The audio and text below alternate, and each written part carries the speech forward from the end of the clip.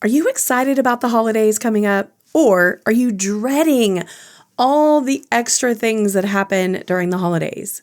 Well, either side of the fence that you're on, this episode is going to be helpful for you because regardless if you're looking forward to it or you're dreading it, there are things that being mentally prepared will help you with. Grab a pen and paper, you're going to want to jot some things down, and you might even want to listen to it twice or share it with a friend so everyone can have happier holidays. Have you ever felt held back by self-doubt, whether it's speaking up in a meeting or connecting with others or simply just believing in your own worth? Well, you're not alone. Welcome to the Crazy Confidence Coach podcast. I'm Heather Edwards, Master Certified Life Coach, and my goal is to empower you to step into your most authentic, confident self. Here, you're going to discover practical strategies and powerful insights to help you improve your communication, deepen those relationships, and elevate your self-esteem. And each week, I'm going to guide you through some actionable tips and mindset shifts that are specifically designed to help you break free from fear, show up boldly in every area of your life, and build crazy confidence. Are you ready to stop hiding in the shadows, playing small, and avoiding the spotlight? Grab your favorite pen and a notebook, and let's get to it.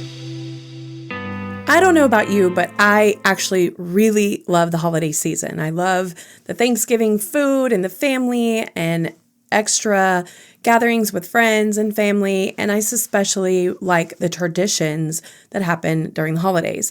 But the thing is that with all of this extra stuff comes extra stress, extra money spending, extra time, extra attention and energy that isn't on the docket normally during the rest of the year. So a lot of people, for a lot of reasons, whether it's you've lost a loved one and you dread the holidays, whether it's like me, I actually am challenged with Christmas. It's that time of year that I really wish we had children to wake up on Christmas morning and open gifts and share the love that we have to give. So it can be a challenge. The holidays can be a challenge. So whatever your challenge is, you have to be aware of that challenge. This conversation is all about how can we navigate the holiday dread. If you are someone who has some things that feel off during the holidays, or just you simply don't like it for whatever reason, this conversation will help you do that a little bit differently this year and do it in a way that isn't as overwhelming. The first part of it is you need to identify what are the stress triggers that you have that are brought on by the holiday season, such as what specific gathering is it that you stress about? Or are there some tasks that are extra demanding? Or maybe there's just certain people that you don't want to see or you don't want to be around. What you do by identifying that is that you can start working now at reframing your thoughts about it, changing your actions that are tied to whatever it is, and then proactively manage or avoid what you can if you need to. So that's your first thing. The second thing is that you want to set realistic expectations for yourself. And what is the holiday? Like what it should look like is not necessarily, should part of it is not necessarily what you should stick with. Maybe challenge the pressure that you have for being perfect or for it all being the way you want it to be. And that is really difficult when you're faced with it, but it is very important to address it because avoiding it just makes it more difficult, and not having the conversations that you need to have or what it is that you really want. And sometimes you're not even really aware. You might just be having reactions to conversations or requests, and then all of a sudden you realize, well, I wanted it this way. So think of that ahead of time so you have less stress attached to it and you're not feeling as if you're putting boundaries or excessive emotion into what you're wanting it to be. But be aware that if you're trying to label something as it should be a certain way, be aware of that. Really dig into that thought that it should be one way.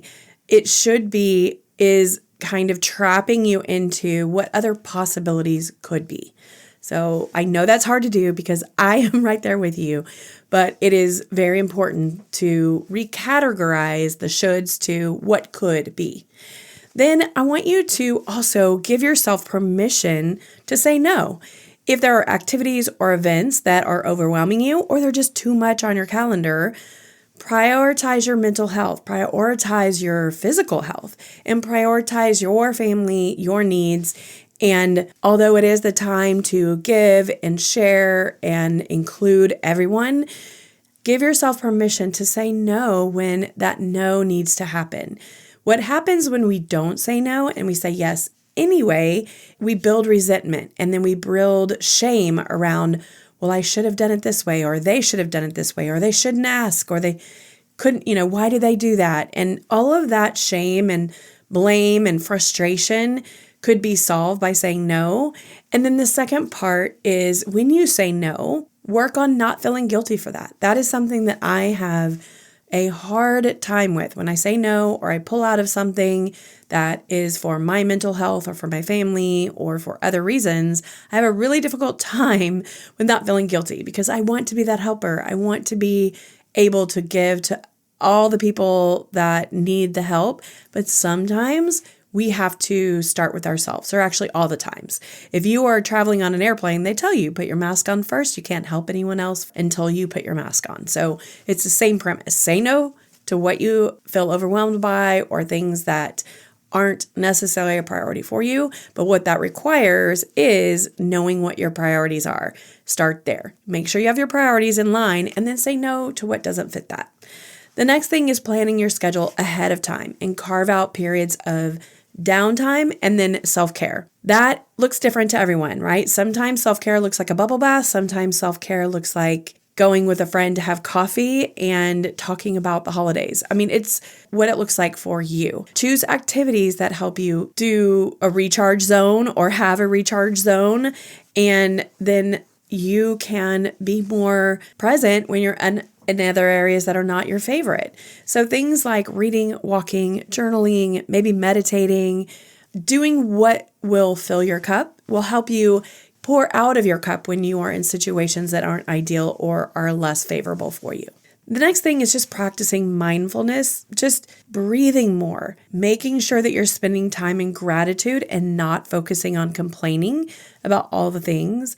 And then take time to regularly ground yourself, being present right now, right here, and not focus on the future or tomorrow or what has to happen in a week or two at Thanksgiving or at Christmas or whatever events that you have to attend to. The best way for all of that to go better is to do it preemptively and have a plan and be okay with throwing things out that are not fitting into the schedule. All right. And then the other thing that I want to talk about, which I always talk about because I think it is the basis of everything, is that reframing your thinking will also help you with this process.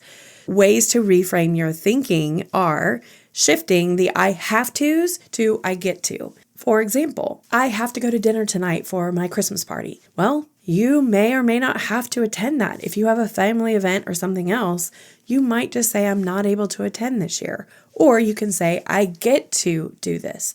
Not every company has a holiday party, and so many people complain if they don't have a holiday party.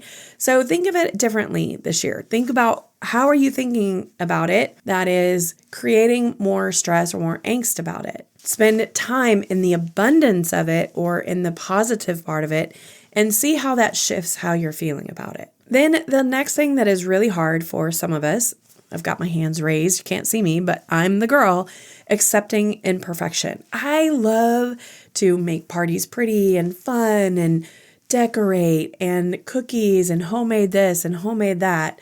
But I can tell you about 3 or 4 years ago, I gave up the everything has to be homemade. And it kind of hurt me a little bit, I'll be honest. But what it did is it opened me up to enjoy some of the more specific connection pieces of it with other people. So I love the process of homemade things, and doing that is like a love language for me a little bit. I get that from my mom and my grandmother and all the people that I was growing up with. We always did homemade food for Thanksgiving and Christmas and all of that. And I love it. I love it so much. But what I realized is my quest for all of that to be perfect was tearing down my ability to connect with the people who were there when the food was served. So what I mean by that is if I'm running around for 2 days ahead of time, making myself tired and irritable and frustrated, I'm not present and calm and included or engaged when I'm in front of other people. I do have a few items that I still do homemade. I love it, but there are some that I don't. And I do that specifically so I'm more calm, I'm more rested, and I'm able to really engage with my family. Think about what is it that you're doing or how you're presenting the holidays and think they quote unquote should be that you're actually not allowing yourself to enjoy it fully. And modify that, make some changes and test it out this year or test it out next year. See what would work and maybe give you a little bit more freedom or give you a little bit more peace. Then I'm going to ask you to challenge all your negative self-critical thoughts. And I want you to ask yourself what's valid by them. So if you're getting ready for a Christmas party and you're just really shaming yourself the way you look in a dress, or you're worried about the gift that you give and how expensive it is compared to someone else's, all of those things are not necessarily what's important. Maybe they are to you. I don't know, but I want you to question the validity of that. I want you to ask yourself, what is really important? And ask yourself, are my expectations unrealistic? And then I want you to consciously look for something that's an alternate way to think about it and a gentle or more subtle perspective that might be more supportive for you going through the holidays. The other thing is I want you to include a daily practice of gratitude, and that is just really to keep you grounded and thinking about what's real and what matters. And think about the things that you're appreciative for each day, and what are you thankful for that is not obvious or you're not paying attention to. And that hopefully will give you a different outlook through this whole process. And as you look around and see other people and what they're going through, maybe it'll help you be appreciative with where you are. But also you may be the person who's going through something. You can still find things to be grateful for. So I'm hoping that this is going to encourage you to think about your holiday season a little differently, to enjoy it with a little bit different fervor, and to connect more deeply with the people that you love. And maybe it is that you don't have family. Maybe you are someone who is sitting there without someone to share the holidays with. Maybe that's because you live far away and you can't afford to travel. Maybe that's just because that's your situation. And if that is, then make a conscious effort to go out and seek a way to connect with other people. Go to a soup kitchen and serve and volunteer.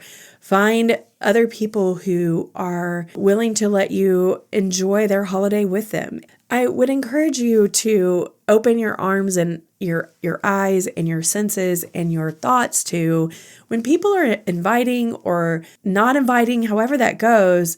Don't take it personally either way, and understand that people all have their own angst and their own things going on, and we're not always privy to what's going on in their minds. So try to not take other people's situations personal. Try to be real clear about what your needs are and what your boundaries are and what you are finding that you need for your holiday season. I encourage you not to really worry about other people as much. So I hope that the next couple weeks as we move into Thanksgiving, you are finding yourself full of ideas of ways that maybe you can change things, or maybe you make them the same, but you don't put as much stress on them or as much pressure on them, and enjoy the connection of it. Enjoy the beauty of time off work if you get it, and all the decorations and all the different things that you have access to during this time of the year. So I am praying that you and your family are enjoying it and are going to enjoy the rest of the season and Christmas and all the things that come with it. But I will be here, of course, if you are someone who is struggling and you cannot get your mind wrapped around the holidays and you're stressed about a particular person or something going on. I am here to help you with that. I am good at helping people process what they want to get out of a situation and help them get to the point where they can do that. So if that's you, go sign up for a coaching session and let's get you set up for the holiday. Let's get you ready for what you really want, how you want to enjoy it, and get you set up to do just that.